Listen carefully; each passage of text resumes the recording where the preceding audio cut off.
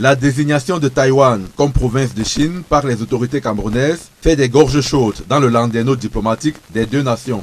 Au point où Taïwan a dû se retirer de la conférence ministérielle de l'OMC que le Cameroun abrite du 26 au 29 mars 2026. Et pourtant, à y regarder de près, le choix de cette appellation répond à une cohérence diplomatique rigoureuse de l'avis d'experts en relations internationales.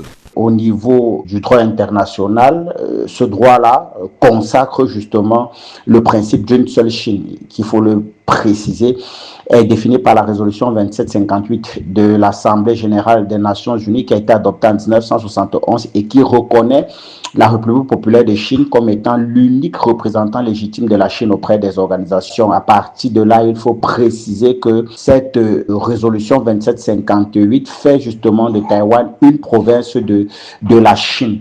Au-delà du droit international porté par la résolution de l'ONU qui consacre l'existence d'une seule Chine, il y a que le Cameroun a clairement indiqué qu'il se positionne aux côtés d'un partenaire stratégique de premier plan. La Chine est plus qu'un partenaire commercial du Cameroun, c'est un allié stratégique de premier plan. La Chine aujourd'hui accompagne le Cameroun dans des grands projets d'infrastructure, les barrages, les ports, les autoroutes.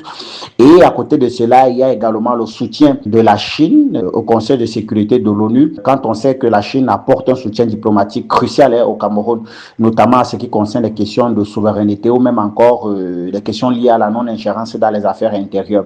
La polémique qui a cours actuellement ne saurait donc déboucher sur un incident diplomatique significatif, car le rapport de force pèse largement en faveur de la Chine.